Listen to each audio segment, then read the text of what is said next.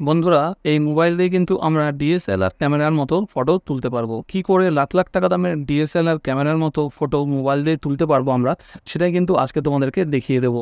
তোমরা যদি সেরকম ফটো তুলে ফেসবুক, ইনস্টাগ্রামে পোস্ট করো, তাহলে কিন্তু তোমাদের বন্ধুবান্ধব বা চেনা পরিচিত সবাই কিন্তু অবাক হয়ে যাবে। সবাই কিন্তু ভাববে যে এটা ডিএসএলআর দিয়ে তোলায় ছবি। ঠিক আছে, তো চলো দেখিয়ে দিই তোমাদেরকে কী করে মোবাইলের ক্যামেরা দিয়ে তোলা ছবি ডিএসএলআরের মতো করবে, যাতে সবাই বলতে বাধ্য হয় হ্যাঁ এটা ডিএসএলআর দিয়েই তোলা ছবি।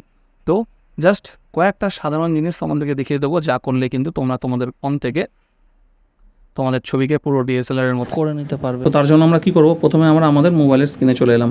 এসে কি করতে হবে, এখানে আমাদেরকে গুগল ফটোস যে অ্যাপটা আছে, ঠিক আছে, যদি তোমাদের গুগল ফটোস অ্যাপটা না থাকে ফোনে, তাহলে গুগল ফটোস অ্যাপটা ইনস্টল করে নেবে। আর যদি গুগল ফটোস অ্যাপটা থাকে তাহলে কিন্তু অবশ্যই একবার আপডেট করে নেবে। ঠিক আছে, এই যে গুগল ফটোস অ্যাপটা আমরা এখানে দেখতে পাচ্ছি। ঠিক আছে, তোমাদেরকে দেখিয়ে দিই আইকনটা, তাহলে তোমরা ভালোভাবে বুঝতে পারবে। এই যে এটা হচ্ছে গুগল ফটোস অ্যাপ।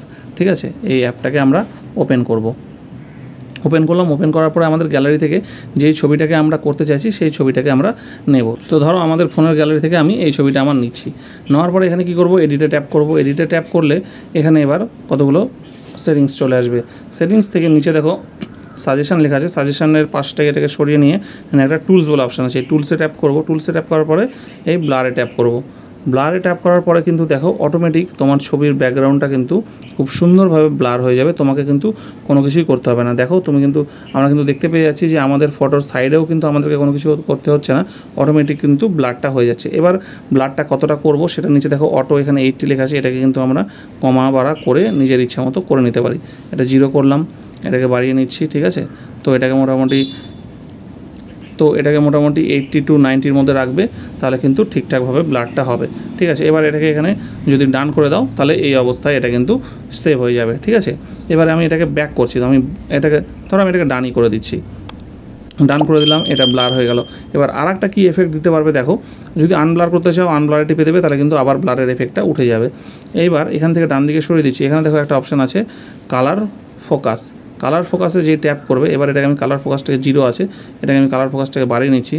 দেখো এটাকে যতটা বাড়াবে, বাড়ানোর সঙ্গে সঙ্গে আমি এটাকে 100ই করে দিচ্ছি। দেখো জাস্ট অসাধারণ ফিচার্স। তোমার ছবিটা কিন্তু কালার আছে, পুরো ব্যাকগ্রাউন্ড যাই থাক, যে কোনো কালার থাক, পুরো ব্ল্যাক অ্যান্ড হোয়াইট হয়ে যাচ্ছে। ঠিক আছে, দেখো ধীরে ধীরে যত বেশি করবে তত বেশি হবে। তো এরকম করে ডান করে দেবে। দেখো ফিচার্স এরকম ছবি।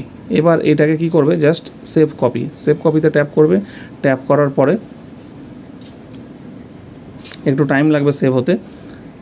তারপরে এই ছবিটা কিন্তু যা ফাইনাল এফেক্ট দেওয়া হয়েছে সেটা হয়ে এরকম তোমার সামনে চলে আসবে এবং সেভড লেখা চলে এসছে, মানে অটোমেটিক এটা কিন্তু ফোনের গ্যালারিতে সেভ হয়ে গেছে। ঠিক আছে, তাহলে এই রকম এফেক্ট দেওয়া ছবি যদি তুমি ফেসবুকে বা ইনস্টাগ্রামে পোস্ট করো, তাহলে কিন্তু যে কেউ দেখে তোমাকে বলতে বাধ্য হবে যে হ্যাঁ তুমি কিন্তু ডিএসএলআরেই ছবি তুলেছো।